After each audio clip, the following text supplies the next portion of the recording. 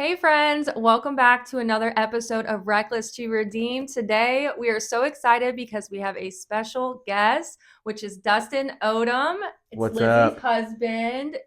Yes, I am so incredibly grateful to have my husband. I have been able to witness so many incredible things happen in his life. He is truly the best partner that God could have ever blessed me with, and I am so excited for him to share his story with you guys because it truly is touching to watch how much God has worked in his life. So why don't you go ahead and tell us a little bit about your childhood? Start from the beginning. Okay.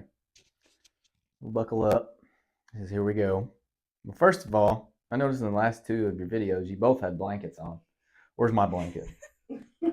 Maybe my legs are Well, a I little. don't have a blanket this Maybe time. my legs are. I'm matching you this time. My legs are a little chilly. Maybe. I mean, we'd be happy. It's your house. That's true. It's true. That's true. You can get yourself a blanket if you like. All right. So, first of all, let me just say it's an honor to be on this podcast, and it's a privilege. I'm happy I finally decided to record this thing. I've been talking about it for, I don't know, since probably your second episode, saying I was going to get on there, but then I chickened out right before it happened. So glad to finally be on here. I felt like God put it on my heart to finally just get my story out there, or just tell my story, I guess you could say.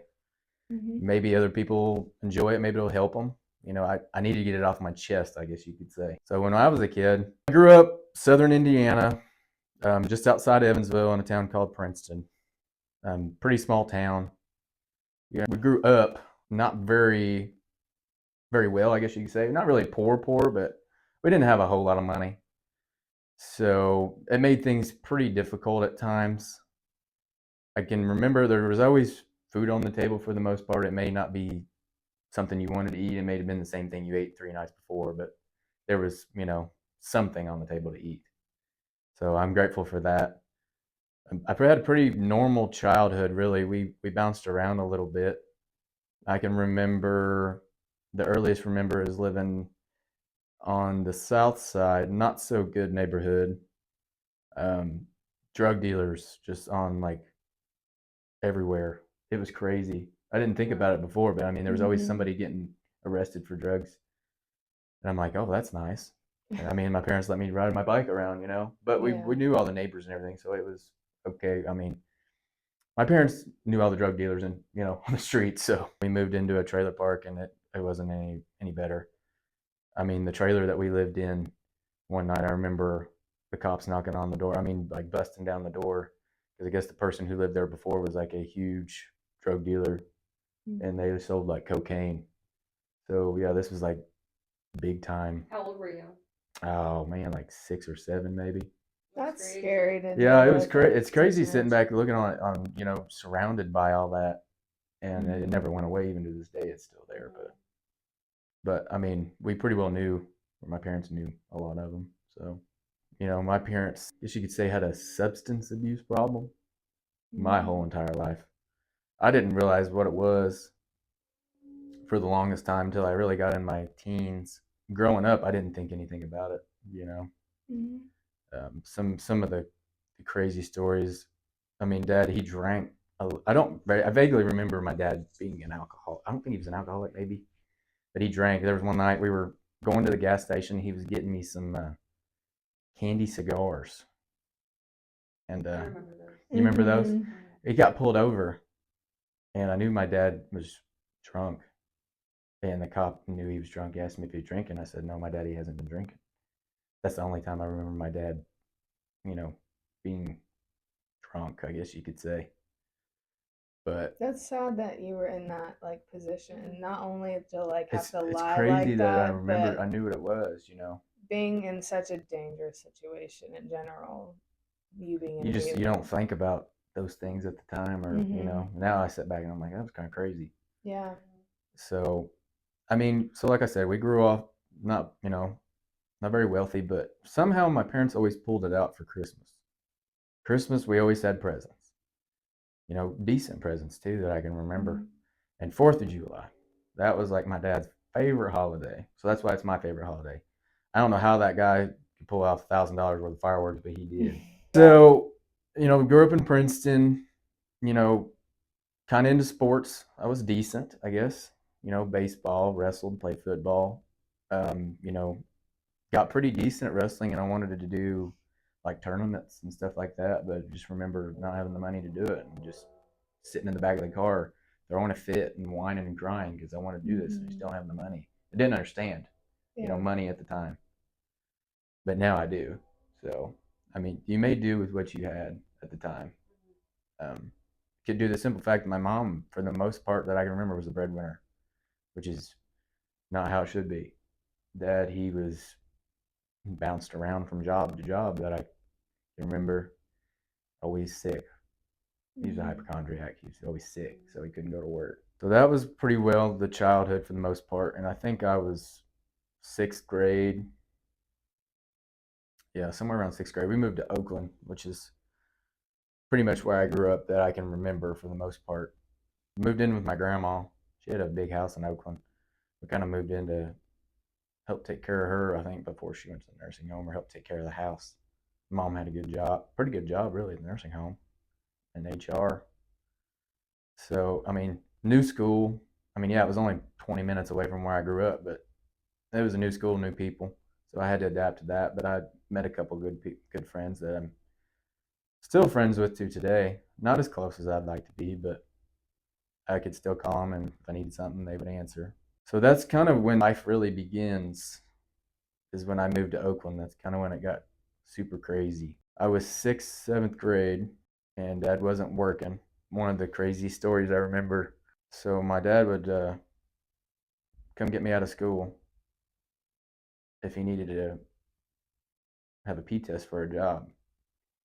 He would have me pee for him, or pee for other people and sell it so they could make some money. It's crazy. And then I was old enough to work. Can't remember vaguely. I remember how old I was, 14 maybe. I worked at a nursing home, played games. I was in activities. It was interesting, let me tell you that. So his excuse was, hey, you lifted, people all the time. I didn't. But he's like, hey, if you want to stay home and go to the doctor. Because at the time, we had a really shady doctor at the clinic that would prescribe pain pills to anybody for anything. So I would go to the doctor to get out of school and get him some pain pills. I didn't think nothing of it. I was getting out of school. I was happy. Yeah, I mean, you're not going to think anything It's freaking of it. crazy looking back on it now. I'm like, that is just stupid of me. You were young. That was and riding around town, going to the store or something. Dad always had pills. Was a big thing. I mean, marijuana, pot. They did that my whole life. He would be going to town, and this is crazy. We'd be going to town, and he would tell me, "Hey, if we get pulled over, I'm going to hand this bottle of pills to you, because if you get caught, you're not going to get in any trouble." Yeah, I would get in trouble, and I would have done it. I would have lied for him, because I wouldn't think nothing twice. That was my dad. Is it hard for you to look at now, because you would sacrifice anything for our daughter, and feeling I would never put my daughter in that situation. Well, I know you wouldn't. Like, what kind of man? What kind of man are you to do that to your kid? I know. So I know I wasn't supposed to say this in this podcast, but the idea of drugs was normalized at the time. That was normal. Like, I didn't think twice about it. And it's just crazy looking back on it now. It shows what control substances have over you, and you'll lie. Oh, they steal, controlled their life. Anything. I mean, that controlled their life. That was top priority. Spend the last $20 on this, but you got to reheat hot dogs for 2 nights in a row. There was that, and then we moved into a different house in Oakland, and my mom and dad's marriage just wasn't a marriage for a long, long time. My mom ended up losing her job, a particular reason that was not very good. So my parents, were into pills real bad. Well, somehow I got introduced to my brother. So then my brother went on a path of pills, and he got so far, it was so far bad, he would break into people's houses, I guess looking for pills, which wasn't a very good thing. And at the time, we'd moved into a house in the country, which was awesome. So I had a 4-wheeler and, ride my 4-wheeler around and stuff. And my brother had broke into this one person's house their family lived down the road, and I would walk down there and fish in their pond. But once they found out who I was, they wouldn't let me fish in their pond anymore. And that just irritated the heck out of me at the time. Because that was like within walking distance, and I loved fish. Mm-hmm. Like I loved fish. So that hurt my feelings pretty bad. I'm not gonna lie. And finally, my brother kind of did his thing, and then he ended up catching up to him, and he ended up going to jail.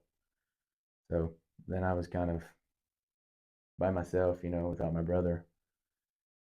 Because my brother took me to my first party in 8th grade. He was 3 years older than me. I think he's 2 years older than me. We were kind of like best friends. I thought he was so cool because he had all the friends, he had all the cool people. He would let me go along. So I thought that was really neat. So it finally came to a point with my mom and dad that mom did not want to be with dad anymore, and she kicked him out of the house. So he moved back to Illinois, where he was originally grew up, and it was just me, mom, and Derek, and that was when the bad started. That's when it went really downhill. My brother kind of did his own thing. It progressively got worse, and mom, she kind of followed for the most part. Characters started coming around that I remember from my childhood. Didn't think anything of it or what they were about, but they weren't about the right reasons. So this is currently around early junior year of high school when all this started. So a lot of sketchy individuals started coming around my house, and at first I didn't think anything of it. I just went to school. I had a, job. Mainly just drove my mom, picked her up from work when somebody else couldn't. So there was a lot of crazy individuals coming in and out of the house all hours of the night. Didn't think anything of it. And the traffic picked up. It just kept picking up. Got a job on a farm, which is honestly the best job and thing that's ever happened to me. It taught me because I worked like 7 days a week and 12 hours a day in the summertime and on the weekends. It was like nonstop. That's all I did was like work. That's where I got my work ethic from, is from those guys, because you had to work. Mm-hmm. They didn't let me have days off. So I guess I changed my perspective on life. I was making like $5 an hour. Like I made more Denny's. Wow. And it was like hard work too. I was like, I guess make it $20 an hour. I Yeah. know. But I enjoyed it. I got to like, feed animals and drive tractors and all that good stuff. I thought I was big stuff because I could drive a tractor. It was fun. So I'm working, all the time, well, after school and stuff. And I remember coming home one night and I was like, just something just ain't right. There's just way too many people here. So I'm talking to like the girl I'm dating at the time, talking to her on the phone. And all of a sudden, Did you feel uncomfortable saying a little bit, Then all of a sudden, my brother pops out. He's like, "Who are you talking to?" "Why are you talking to him?" Took my phone and like chucked it. I'm like, "What are you doing, bro? What are you doing that for?" Well, I knew why. He was up to no good. I'm just gonna say that. And after that, it just got worse. Like the traffic.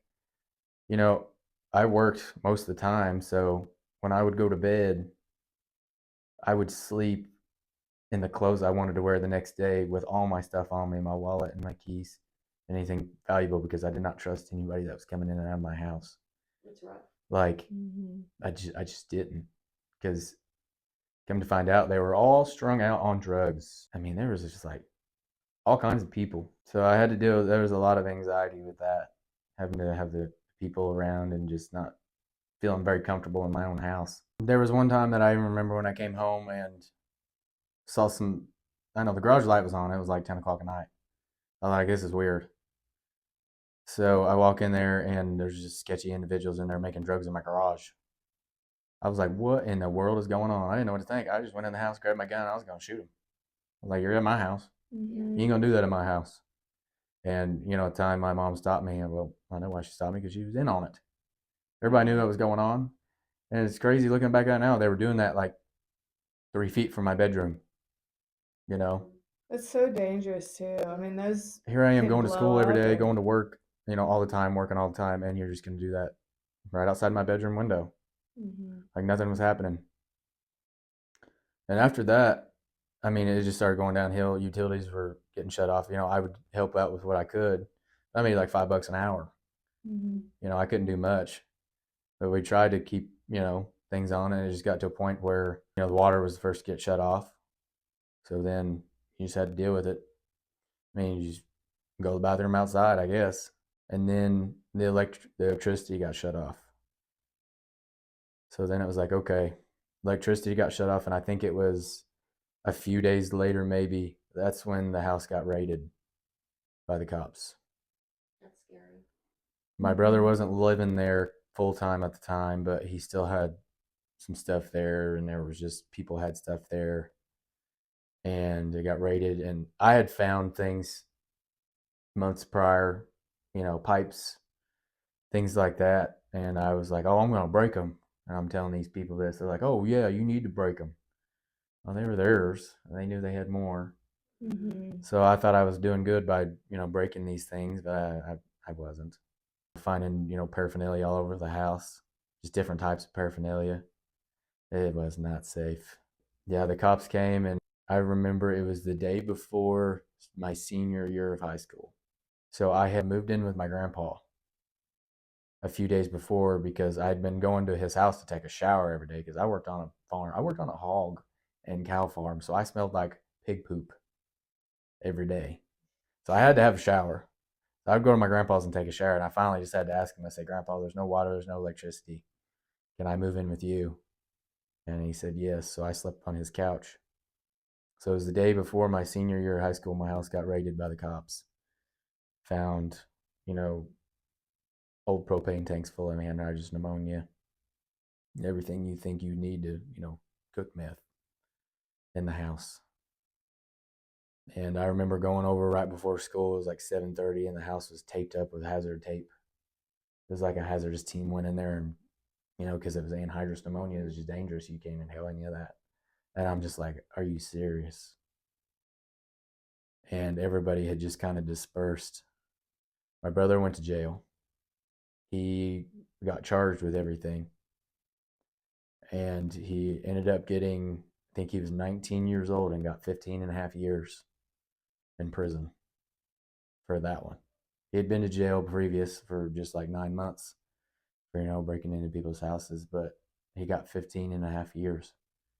And that really like stuck. It hurt. Mhm. I know it hurt him, but it hurt me. I mean, that was my brother. So that was a big one. Mom, she was living with a friend, and so I moved in with my grandpa. That was honestly the best thing that ever happened to me. Because me and my papa were like best friends too. We did a lot of stuff together. So I moved in with him, and I finally got my own little room there. I mean, he lived in a trailer, single wide, double wide, or whatever trailer. So there wasn't a whole lot of room. There was a lot of togetherness. I didn't have a TV or anything, so anytime I wanted to watch TV, I had to watch Bonanza or Gunsmoke or Fox News on repeat. Fox News was during the day, all day. Graduated high school, decided I was going to go to college to be a game warden. So everybody was super proud of me for that. When I go, I was like, oh, I'm going to be the first one in my family to graduate college. Did it for, a full year. And then I worked on the farm still. Well, ended up breaking up with my girlfriend at the time. We broke up. He's so uncomfortable. It's very uncomfortable. Like, yeah, It's okay. I'm in the room with I my know. wife. I know that you've dated other people. It's okay. So I was like, I just hated life. Couldn't go to school anymore. So then I went to work on the farm full time. Every day, all day. Just got old because that's when I started drinking a little bit, going to parties. I was supposed to be at work at like 5:30. I wouldn't get there till like 9. Decided I needed to be an adult and get a job with insurance. People kept telling me I needed insurance. I didn't go to the doctor, but I needed insurance. It was a good job. Made decent money. Decided that job wasn't for me anymore. I wanted to be a coal miner. So started coal mining. Did that for a year and a half or so. Really didn't care for it. Ended up getting fired. I guess it wasn't for me. I really just didn't care. I decided to be unemployed and draw unemployment, which is crazy. That's just not who I am. I was gonna say, I just cannot see that. Like, I've had a job since I was 13 years old. And now I'm like, well, I was at the prime age of like 24. I'm going to go ham. It sucked because all my friends had jobs. Nobody wanted to like party all the time, except for me. I ended up working for my uncle for a while, painting and powder coating. He'd done that all my life. About that time, I worked for him full time. Didn't work out very well. It's just family working together didn't work, I guess you could say. And didn't do anything for a couple weeks. Put in for some jobs. Had some good job offers, but Toyota popped up, and I told myself from the very beginning I would never work at Toyota. I'm like, that is a factory job. I'm a country boy. I'm gonna work outside, do all that fun stuff. You're so funny. I'm like, there ain't no way I'm going to a factory job. So I got a job at Toyota. Obviously, they make cars, and did not plan on being there long at all. It was just a job to keep me going till I found the next one. Somehow it turned into 9 years. Still there today, but got that job. Started on nights. I asked for nights. Sorry, because I hated waking up early in the morning. So I didn't do, work night shift. Didn't do much through the week, but the weekends just consisted of hanging out, driving around, drinking, going over to somebody's house, partying or driving around drinking. And we were a little crazy at times. Still the same friend group, great friends. We all had the same interests. So I'd been working at Toyota probably a year, and I met my now wife. Yay. Started I don't know out. if it was super yay at the time. Started out as Snapchat friends. You lived in Oregon at the time. I did. When we met. But we ended up talking for, and then it turned into text and Skype and all that good stuff. Every day, all day. And then it turned into, we actually had feelings. I'm like, I'm falling for, I have feelings for somebody who lives across the country. From Snapchat. Yeah, from Snapchat. And I'm like, this is such a love story. Yeah. met her for the first time. I'm like, beautiful. Oh. Everything I could imagined. And she ended up moving with her friend 45 minutes away,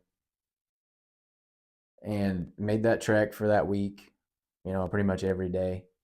But at this time, 2 months before she moved here, my papa, he started getting signs of dementia. So my uncle and mom at the time realized, hey, there's something going on with him. So they ended up taking him to the doctor, and they're like, there's something really going on. So they admitted him to the hospital and ended up having cancer. He had bone cancer, I believe it was, and it had spread. They gave him 4 months to live. So dealing with that at the same time, Lizzie moves here. Mom was living with us too, to help take care, just keep an eye on Papa when I was at work at night. And then my uncle would come, take turns. So I had that going on at the same time. So it's good and bad all at the same time. It was your birthday, August 1st. Something bad happened, and she ended up flooding out her apartment. I come home 5 in the morning, and she's sitting in my driveway. I'm like, you've been to my house one time. How did you know how to get here? She's like, my apartment's flooded. I lost my phone, everything. The one time I drove to his house, it was nighttime. Yeah. Like before that. But I literally showed up like no shoes, nothing. Her apartment flooded. So we went there, got all the water out, got her a few things. And that's the day that she moved in with me. Mm-hmm. Literally 2 weeks after we met. Mm-hmm. Crazy. Looking back, probably wasn't the best situation, but at the time, you had nowhere to go. Mm-hmm. And I felt like I was doing the right thing because you needed a place to stay. I mean, you live in here, not a soul. And it was the next week, we were actually packing up your apartment. And at the time, my grandpa hadn't gotten out of bed in a few days, and that day he died. It was hard for me to balance things out, and you'd only got to meet him one time when he was, functionable and talking. Yeah, he ended up dying that day. And that still affects me to this day. So after Grandpa died and everything got settled, obviously my mom took it as hey, there's an open room to stay at my dad's house. So Mom's living with us. My mom's living with me and my new at the time, girlfriend's living with me. I'm like, this is great. And so I think it was that Thanksgiving, we ended up going to Oregon. I think your parents bought us tickets to Oregon to come out there. And that's the first time that I've not flown on a plane. I went to Texas once, but that's the furthest I've ever flown on a plane is to Oregon. And Oregon is awesome. If you ever get the chance to go out there, go visit it. I wouldn't live there, just go visit. It was incredible. So it's the first time I met her parents. So her parents lived in Oregon, and her daughter moved in with some dude they did not know. But luckily, I'm an okay guy. So life continues. Well, at the time, my brother's in prison for a different reason this time. And he's getting out in, I think it was April. So I basically just flip-flopped my mom for my brother, which is crazy. So my brother moves in, my mom moves out. Here we are, still living with one of my family members.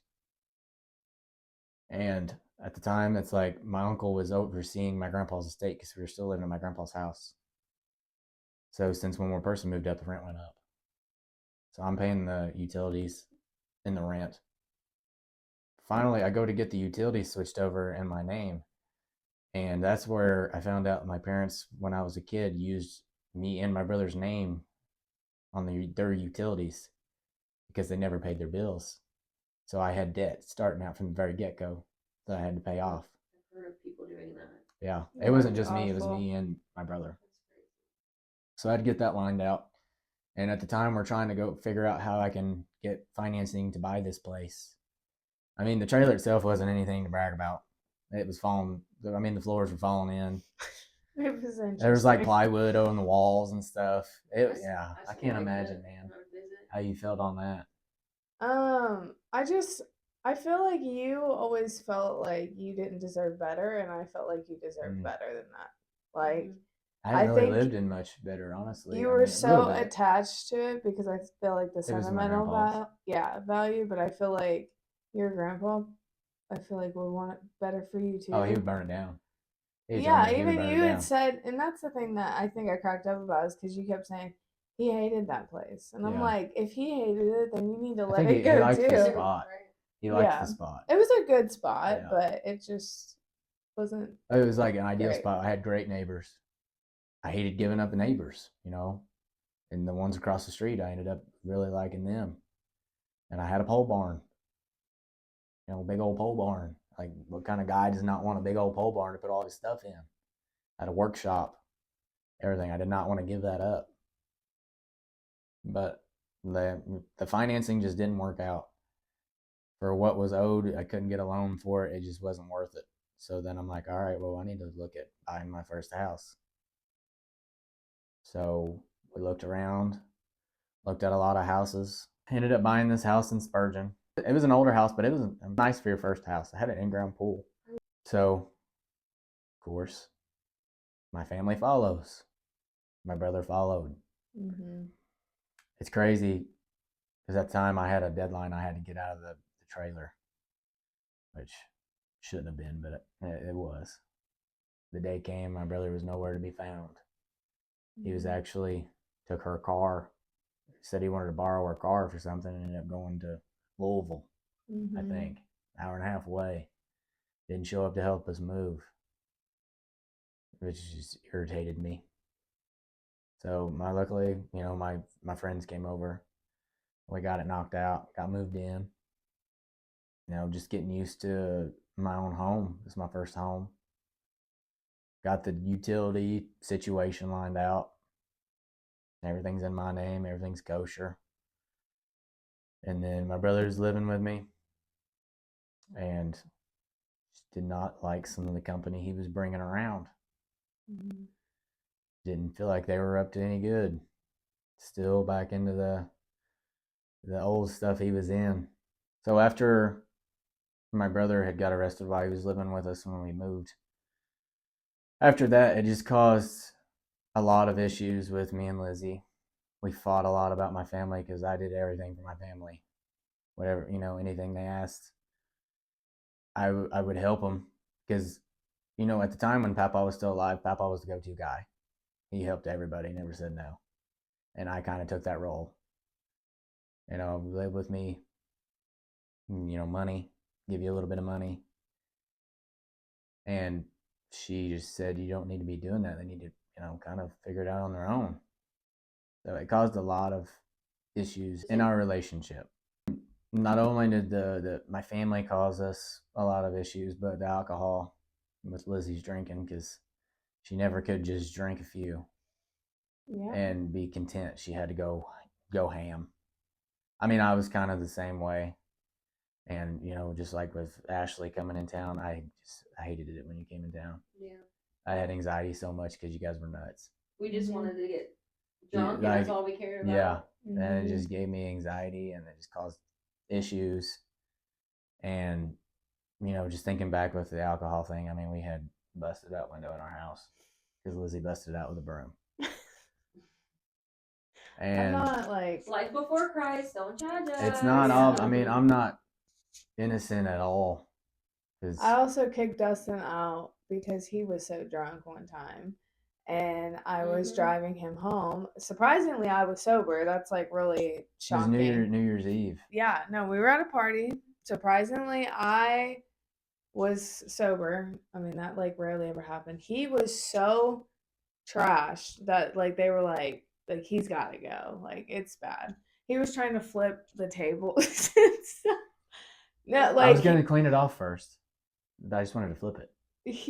When you're drinking, it was he was sense. to the point of like buck wild, and so I was like, all right, Dustin, it's time to go home. And he was, I don't even know, you were just acting up in the car. I can't even tell you what was going on, but I was just like, you know what, I'm so done. I was like, get out. So it was like really cold. Below zero. Yeah, it was really cold. And I was just thinking, okay, he's just going to call somebody, like, no biggie. I'm like halfway down the road, and I realize, oh, wow, he doesn't have his phone. So then. Or a coat. Yeah, or a coat. I didn't really feel bad about the coat at the time. I figured you'd get a ride. You were not being very nice. So I turned around to find you, couldn't find you. Your brother actually at this point was still living with us, and he was able to go find you. I remember knocking on somebody's door at like 1 a.m. and they're going to give me a ride home. And I saw my brother coming down the road. So I just jumped off their porch and hopped in with him. But 2 months before that, 2 3 months, I ended up going out of town for the week, or I think it was an overnight, for a bachelor party for a friend of mine. But I had worked the night before, so I got off at 6 a.m. and we were leaving at like 8 a.m. to go. So I'd been up all night, and I was just eating like energy pills all day. As the night progressed, my night ended early because I got ham way too fast. And next thing I woke up in a hospital bed, handcuffed, because I got arrested. Only time I've ever been arrested. Yeah, that was a really. And I woke up. I'm like, oh, okay, they're gonna let me go home. My friends are out waiting on me. This is in Indianapolis. Nope, they took me to jail. And how convenient, their system was down that day, so they couldn't process anybody. So I sat there from 4 a.m. till midnight basically next day. No shirt, pants, and boots. I remember I just literally hadn't heard from you all night, and I literally woke up the next day, still hadn't heard from him, and I was like, he better be in jail.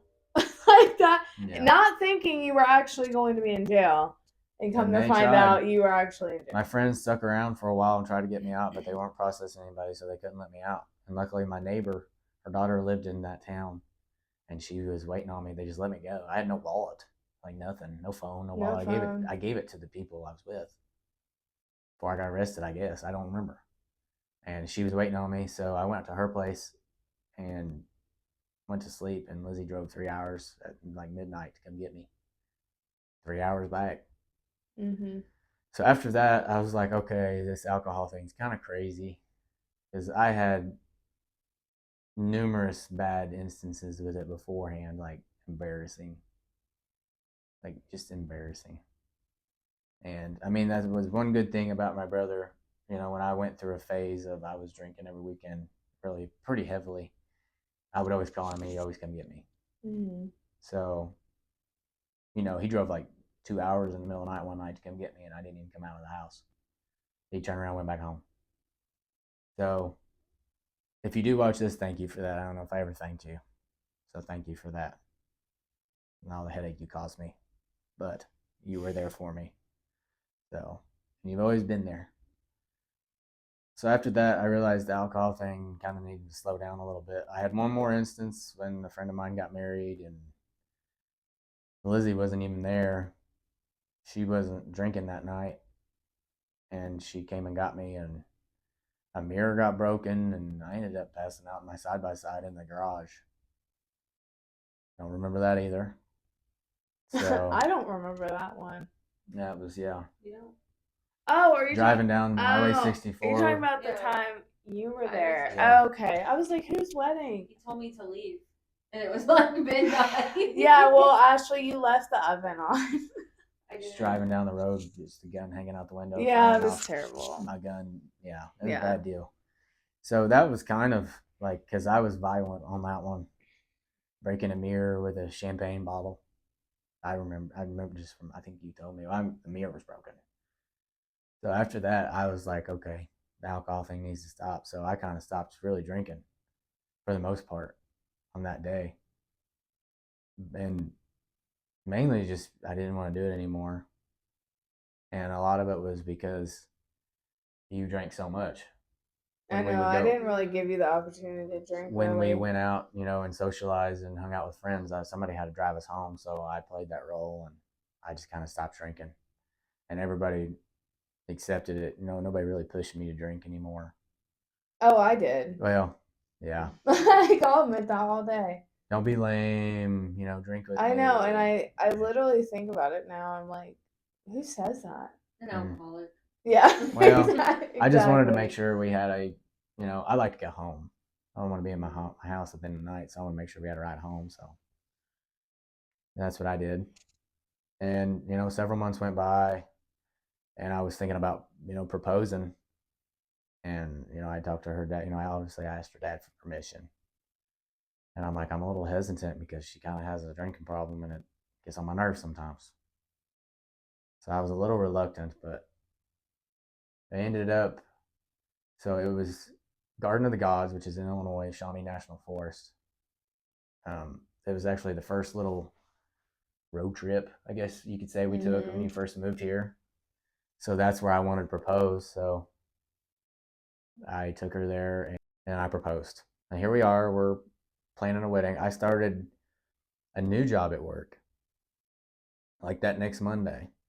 So I went to day shift. I was on days now. This was like a 2.5 year assignment. So we're planning a wedding. This new position requires me to work all the time, like 7 days a week for months on end. Like when they told me it was the weekends, I'm like, oh yeah, I worked, a few weekends. No, this was every weekend. And so we're planning the wedding. I'm working every weekend. And then lo and behold, my family gets in some trouble again. My brother had recently gotten out of jail. Well, he got arrested again. This was 3 months, 4 months before our wedding. Something like that, yeah. Yeah. And I'm like, okay. So then, well, my mom, who's living at somebody's house, ends up getting a warrant. She's getting arrested for, kind of the same thing. So I'm like, I had to go tell my mom. I was like, hey, there's a warrant out for your wrist. You should probably go turn yourself in. So they're both in jail, and I'm getting married. And they weren't at my wedding. Yeah. Because they were in jail. That hurt. I ain't gonna lie. That was tough. It's like, here we go again. And did you ever have God in any of these circumstances, or did you just emotionally get through it by yourself?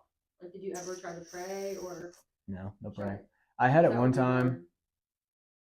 It had been maybe a year before that. A guy I work with, Ozzy at work. He may watch this. If it is, what's up, Ozzy? A shout out. He was faith based, and he's like, "Have you, talking about God one day?" And I'm like, "I'm not even talking about that, bro." he's like, "You saved?" I'm like, "You know what? Look, let's do it." Said the sinner's prayer. Right. Came home, felt amazing. Yeah. I was like, "Whoa, this is all excited." Called time and talked to my mom, and I ended up calling your dad. Told him about it. It was exciting. It wore off. Honestly, on the day shift, I was on night shift, but on the day shift, a lot of them are faith based guys. So it was the very first time that I had somebody to talk to about God at my job. Wow. Was those two guys, and I was like, I just remember talking to one day, and I just kind of pulled him aside and talking to him, and he just lit up. We ended up having forever conversation about it. So that kind of my first exposure after being saved, to God. The kid. We both wanted a kid. And we tried. The natural thing didn't work, which, I mean, if you watch her episode, you kind of knew we did the IVF. And it took a little while, but it finally worked, and we are blessed with one awesome little child. And it was actually for that job I had working all the time, we were able to pay for all the doctor bills. Like, I had great insurance, but we still had bills, and we were able to just pay them because it saved up money. So it was actually a blessing that I did it because we didn't have any debt. Ended up having little Renly. And the best thing, second best thing that's ever happened to me. First thing is my wife. That's sweet. So That is so sweet. I thought it was pretty good, buddy. It's true. That's So sweet. we had our little family, and I'm like, my life. I'm happy with my life right now. Like, I got a great wife, a little girl. Things are awesome. Great friends, and I was content. I was good with life. Things were going good, and we would come to visit, in Kentucky for the holidays and stuff. And I don't know what it is. Just something in my head was like, what if we moved to Kentucky? I know. I remember that little thought in your I head. don't know where that came from. Like, where you're, It God came was from speaking, God. he was speaking Yeah. to you, Yeah. I was like, Mhm. just like, oh man, it's so busy up here. I would not want to live up here. There's traffic, but I'm like, there's like McDonald's everywhere and like stuff to eat. I'm like, this is cool. Speedway's right down the road. So I don't know. After having Renly, Lizzie kind of went through some things, postpartum depression, and I wasn't there for it. So, and raising the baby aspect, I got off easy because I wasn't home at night. So she took the brunt of all of it. I had my few hours of a morning, and on the weekends, I did what I could. But she You caught did a lot. she caught the blunt of it. I did, what I could, try to take the burden off of you, but you still, I mean, you were awesome about it. You still let me do my thing, like let me have my life. Still did my activity, all my hobbies and stuff with my friends, and we had friends. She made my friends were her friends. Kind of do things with them, but just dragging a kid out all the time, it just kind of was a lot. It's hard when you don't have any family support. Like, yeah.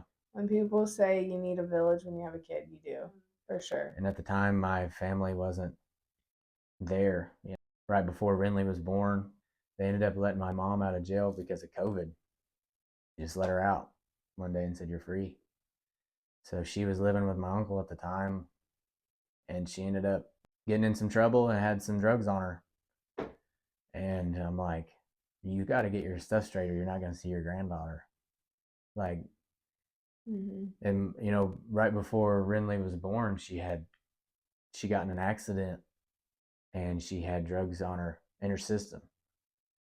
I ended up finding out from the hospital, and I'm like, I went to her. I was like, you got to go get some help or you're not going to see your granddaughter. And I'm standing on that 100% because my kid is not going to get exposed to the same stuff I did. There's just no way. It's way too risky with a baby. So months went by. She met Renly after Renly was born, and months went by. I didn't really hear from her. She kind of went MIA. And then, we went on about our lives.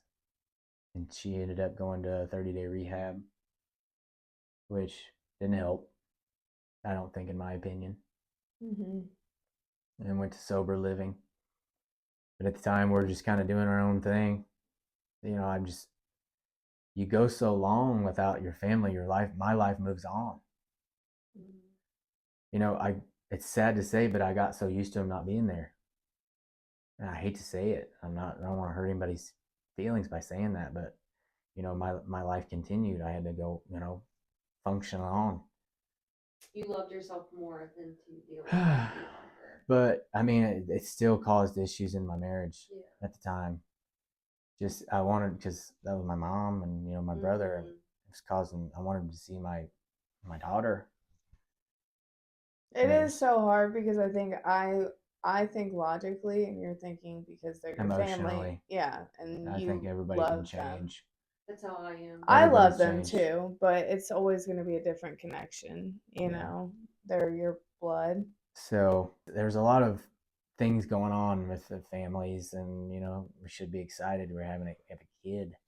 Lizzie's postpartum depression kind of makes her reach out for God, and she kind of being more spiritual.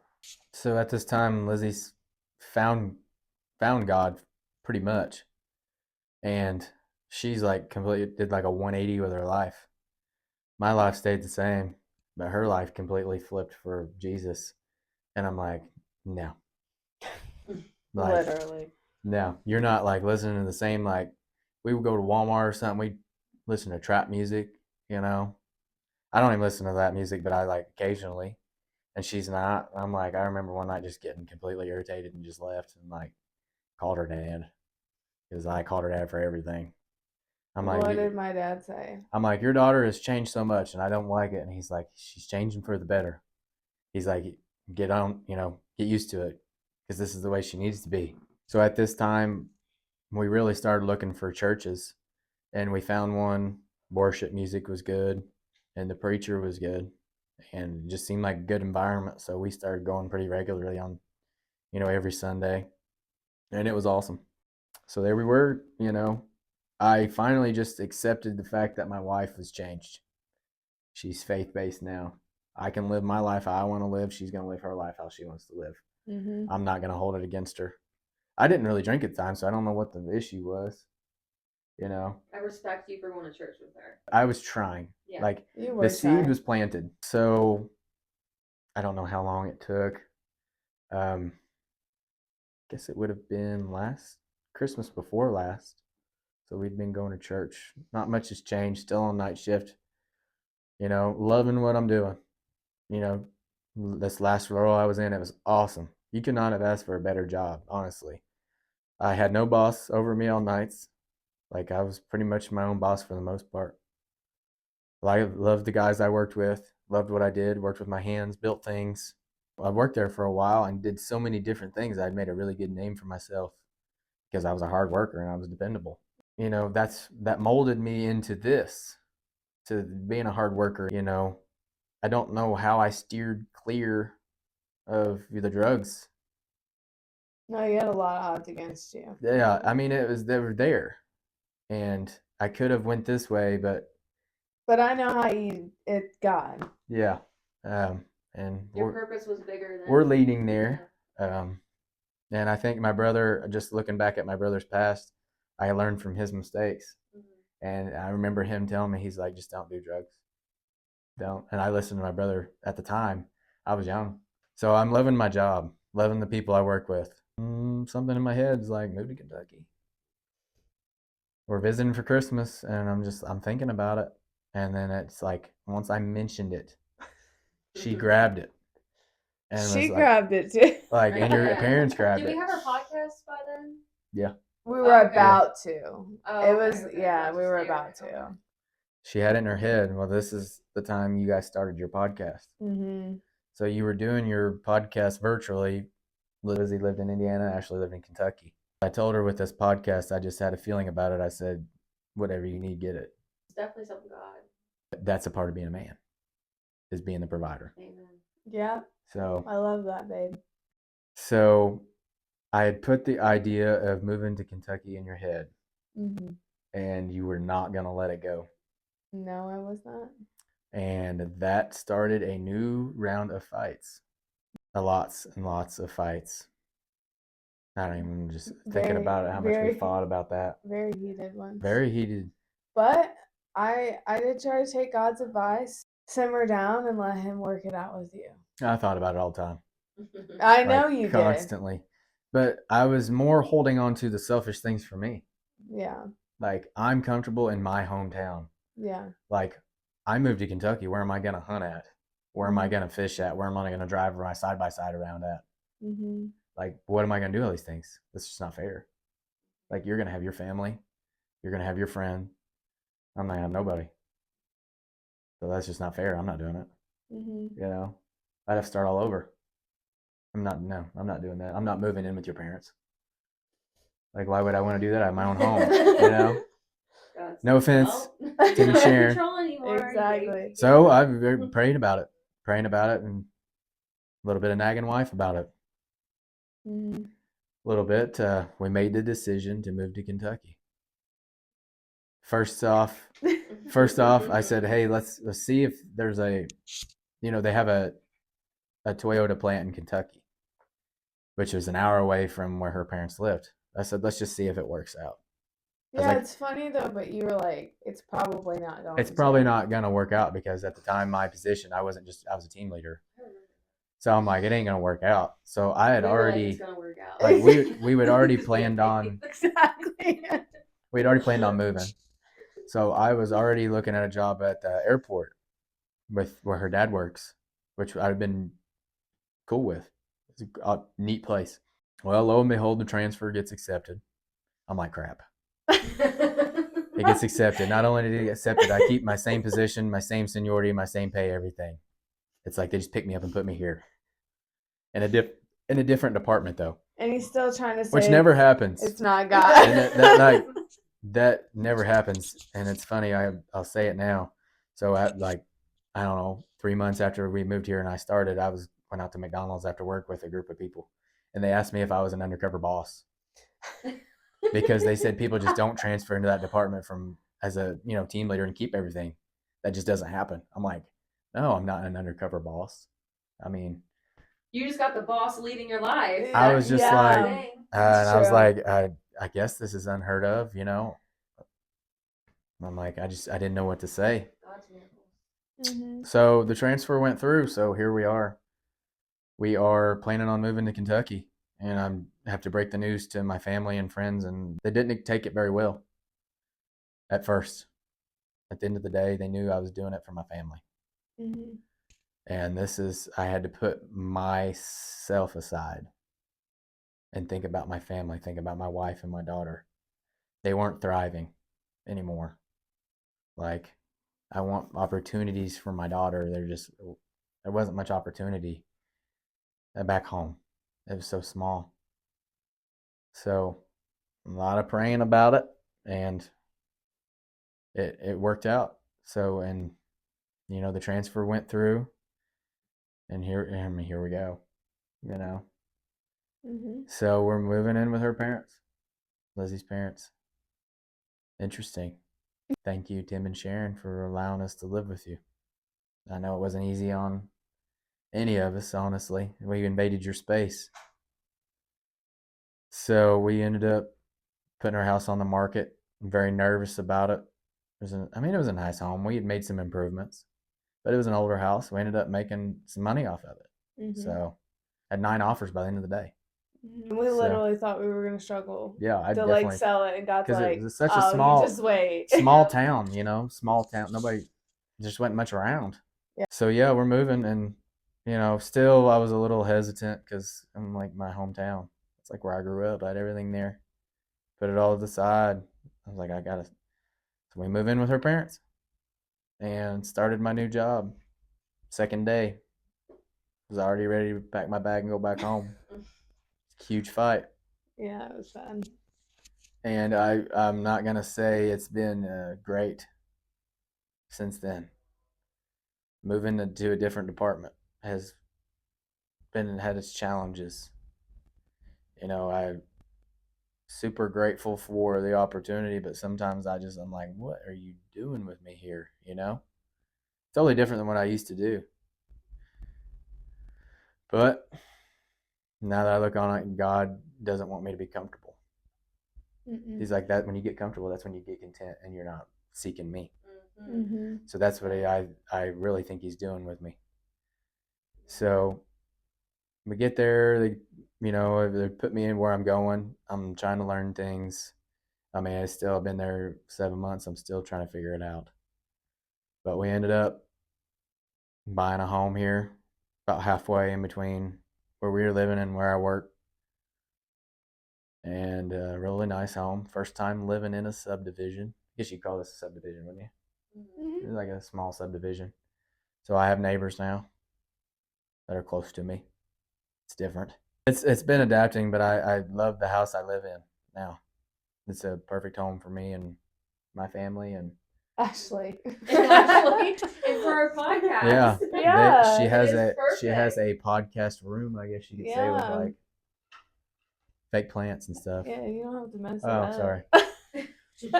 So new home and everything is, I mean, going pretty good. The new work schedule's rough on me. I'm not gonna lie. I'm not much liking it. I'm kind of over the night shift life now. I'm ready to get back on the normal shift for being around my family. And we had tried this church when we were living with her parents in Florence called Seven Hills. And that church is huge. When I think of mega church, I think of that church. That church it's just big church, a lot of people. So we knew where we wanted to live, so we were trying to find a house in that area. So after talking about it, we decided we were going to try one of their satellite locations. Gave it a chance, which is different from, I mean, anything we've ever tried before. And we ended up, I think from that day on, I think we ended up Yeah, I going don't think to we ever South. went back. So we kind of fell in love with Seven Hills South. Stayed pretty consistent with going every Sunday. So I'm trying to figure out which team I want to serve on because I'm trying to get involved in this church so I can meet people. I decided to pick the safety team, which just kind of helps guard, not really guard, stands outside of the doors and make sure, people have their stickers for their kids and stuff like that. I try to do it as much as I can. And all this time, driving back and forth to work, I'm listening to faith-based podcasts. I catch myself listening to Christian music on the way and coming home from work. I'm enjoying the worship music at church, which I never thought I would. And I'm like, okay, God, maybe this Kentucky thing's not so bad. Things have worked themselves out. I was worried about finding a place to deer hunt out. And, Lizzie's parents, their friends came through and I ended up killing a deer on the first time I went there. Mm-hmm. So that was like a true blessing because I was like sick because I just love the outdoors and I love hunting and fishing and stuff. So I was super worried about it and they came through. So that had fallen into place. I mean, finding a comfortable church had fallen into place. The job thing, it's still working itself out, but it's getting there. So I find God pulling on me a little bit. And I remember Ashley getting baptized and I'm like, maybe I should get baptized. Just couldn't make the decision. Couldn't pull the trigger. Just couldn't do it. So Ashley gets baptized. I missed my chance. They come out with small groups and breakthrough groups. So I'm like, there ain't no way they're gonna be a group for me because most of them are on, in the evening times. But ended up being a group at 7 a.m. on a Saturday. I'm like, who wants to get up at 7 a.m? But that's actually when I'm going to bed. So I'm like, I'm gonna join that group because it's the only group I can join. I need to start getting involved in a group. It's gonna help me, grow. So I'm joining this group, still currently in it, but I'm still not completely there yet. I will say I'm not the best at reading the Bible, but I've been trying, just watching podcasts and stuff, trying to, grow my faith. Because I think once I moved here and I realized I needed to stop being selfish, and I mean, ultimately, having a family, having a kid, it really made me look at being what kind of man I wanted to be, and what kind of father I want to be, and mainly what kind of husband I wanted to be. And I knew I was not going to be like my dad was. Mm-hmm. Not how I grew up. I'm not going to go expose the things that I was exposed to or be around the things I was around. And I'm like, I may go off subject here, but when I think of, before I used to think of a person who went to church and who was a man of God. I did not think of him as like any person. I was like a nerd or something like that. I mean, I I'm did too. not being mean. I'm like, It's true. you're gonna go in there and you're gonna worship God and like throw your hands up and all this stuff. Yeah. I'm like, You no, think it's man. weird at first. I think it's Yeah. weird. I think it's weird. unmanly. Yeah. Mhm. Like you're a man.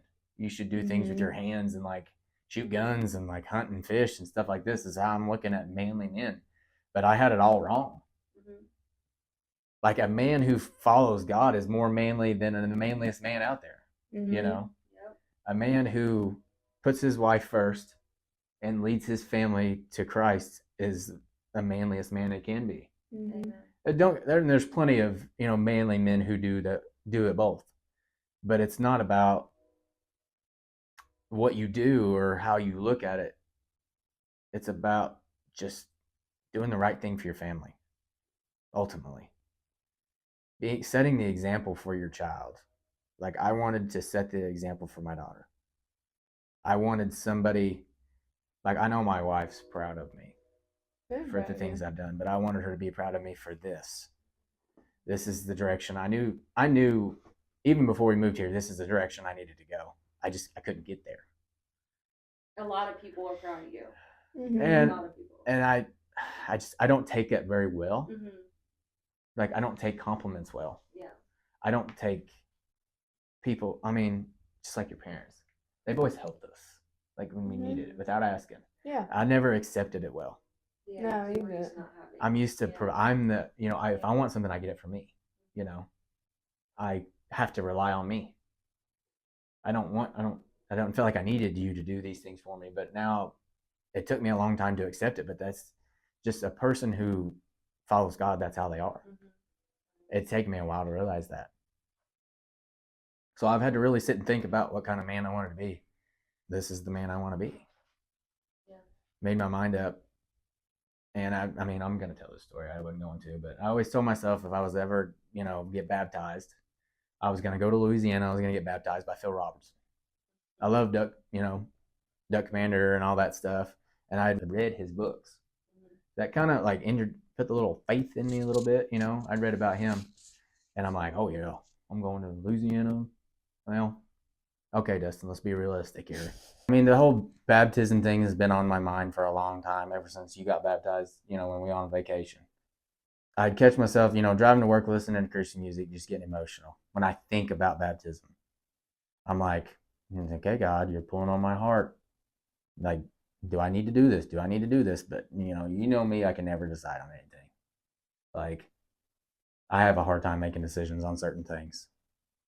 So I'm like going back and forth, and I'm not really like walking the way I want to walk, like with the Lord. But I'm going to church every Sunday. I'm doing my group. I'm trying. I'm like, okay.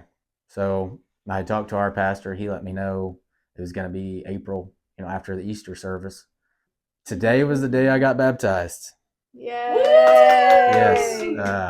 Exciting never, day. never thought in a million years that I would get baptized and just kind of be walking the way I am. But, I have to thank the Lord for putting it in my heart and obviously my wife. She kind of helped me. I should be the one like leading them, and she's kind of been the one like pointing me in the right direction on a lot of things. So Yeah, but you're about to take the reins. hopefully Yeah. the roles will be reversed soon. So I'm getting there. Gosh, I ain't got it figured out at all. When it comes to Bible verses and where to read in the Bible and understanding the Bible and stuff like that. But I know it's going to come. Yeah. I can feel it. Yeah. So, the best decision I ever made in my life was getting baptized. I wanted to have this out of body experience when I got baptized, and I kind of did. There was a lot of emotions, before and after. I mean, so nervous. I was like shaking, standing in line. Oh, sweet. And, when I got done, there's a lot of emotions in it. And it was just, okay, that was reassuring. That's what I needed to do. So I'm like, now in my head, I'm like, okay, it's time for you to buckle down and lead your family the way you need to lead them. I know what I need to do, and just need to do it. So that's kind of where we're at today. Mm-hmm. That's why I wanted to record my first podcast today. I wanted it to lead up to this point. So this is like new. This is like my birthday. You know, It is your birthday. this is yeah. my new day, Yeah. moving forward. Mhm. So I think it's going to be tough. I think there's going to be a lot of spiritual warfare now, because it's like, okay, you lost one, you know, the enemy lost one, Mm-hmm. you know, God gained one, but he gained a good one. You got the armor to get through it. I do, and I think I can. I've went through a bunch already. Yeah. So I mean, looking back, I never thought I would be here. Now you have God with you, walking Yeah. through the toughness, you know, making you that. See, leader I got that you we're guys meant to be. kind of point this to me. You know, like I said, I'm still learning, and I hope, you know, some of my friends or, you know, family watch this, and I'm like, just follow, man. Mhm. Just do it. You're not gonna regret it, because I mean, look at where I came from. Yeah. Look I at your start- guys' life Yeah. We now. started here, and now I'm here. Yeah, I it's have crazy. an awesome family. I have a nice home, and I know it's not materialistic things. No, It's but not all it's about materials, but blessings that God has given us. He has blessed me more than I ever know, and I'm such a negative complainer when it Mhm. comes. That's one of the struggles I have, is just letting go and letting God. You know, Mhm. because I'm like, I can't let go. I have to control my life. Mm-hmm. Like, if I want to do something, I have to do it. You know, if I'm going to get somewhere, I have to get myself there. And ultimately, it's not up to me; it's up to Him. So Yeah. He's blessed me to this point, and I think He's going to continue to keep blessing me. Mm-hmm. So I'm looking forward to it. I'm looking forward to growing in faith and just being a man of God and taking that leadership role, and, you know, meeting other like-minded people to help build each other up. So Well, that's powerful. So- Powerful seeing from where you came from to who you are today, and just knowing that all of that hard times end up leading you to the man you are. and I look it's back, incredible. and I've called her on this. I'm like, why have I gotten through certain things? I'm like, God has been looking over me all my life. You guys are just incredible people, and that's the thing, is God knew you guys were going to be together, and it was going to take both you guys working together as a team Mhm. to accomplish His Like, plan. Like this all. I mean, He did all this. Yeah. That's so beautiful. our relationship at the beginning, it almost didn't work. Yeah. I mean, you were going to come back home, and I wasn't going to stop you from coming back home. Mhm. Like, I'm not going to hold you back. But here we are today. Been married 5 years. It's been, you know, up and down. Mhm. But it's been awesome seeing not only my wife completely change, but also you. You know, I'm super proud of you both Oh, for the thanks, people you've Dustin. become. Yeah. You became awesome people from what you came from. So Praise Jesus. I admire you guys, you know, more than you know. Well, I admire Yeah, I was you, gonna say. and You know? I'm grateful for you, Mhm. and And just thankful for the people I have in my life right now. But it's been bumps in the road, and I mean, you know, this Kentucky thing hasn't been, you know, easy at times, but it's getting better each day, and it's just going to continue to get better. So well, we have been incredibly blessed by your testimony because you've been through a lot. And I have been able, you know, I didn't get to watch your childhood, but I got to watch the last 8 years. And I've seen you grow immensely. Just, Mhm. here. yeah. Just Yeah. like you've seen me grow. And so I'm really excited to see, you know, I'm what looking God forward to brings. being the man I'm supposed to be. Mhm. And it's You're hard gonna for be a good it's hard one. for me to say that without being emotional, because I want to be the man that you want me, that God has intended me to be. I know you For will you. be.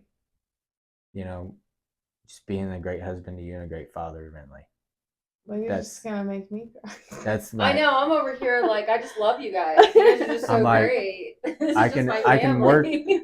I can You work are all the family. hours, I can make all the money, and this is something I'm struggling with now. Time is more valuable than money. Mm. Just thank you guys I'm just super grateful for your little platform here and allowing me to come on and share my story. And Yeah. You're a part of it. I- you know. I You hope helped you, with all of this, let me so. come back on and ramble some more sometime. Of course we will. Yeah. I We've enjoy it. loved I'm actually having you. super nervous, you know, coming on here. I've never been on a podcast before. You've been a natural. Yeah, But you've been awesome. It's been fun. it's been awesome. I haven't ever really told my full story to anybody before, and there's things that I've left out. Mhm. You know, things Yeah, we all forgotten, do. and stuff like that. But just thank you guys for. We're so Thank you, grateful And I that. look forward to seeing where your podcast goes. I think it's going to go far. Well, my amazing husband, it has been incredible having you. It's been a privilege. You're hilarious, for one. I mean, you literally make me laugh all the time. You think that you're like boring, but you are not boring. Yeah, We've been you're so cracking fun. up this I whole mean, time. who shows up to their podcast wearing Crocs? Jesus wore sandals, but if he was here right now, he'd wear Crocs. You might. They're pretty comfortable. Love you guys so much, and we hope that this episode blesses you because it sure blessed us. So we will see you guys soon. Bye. Love you guys.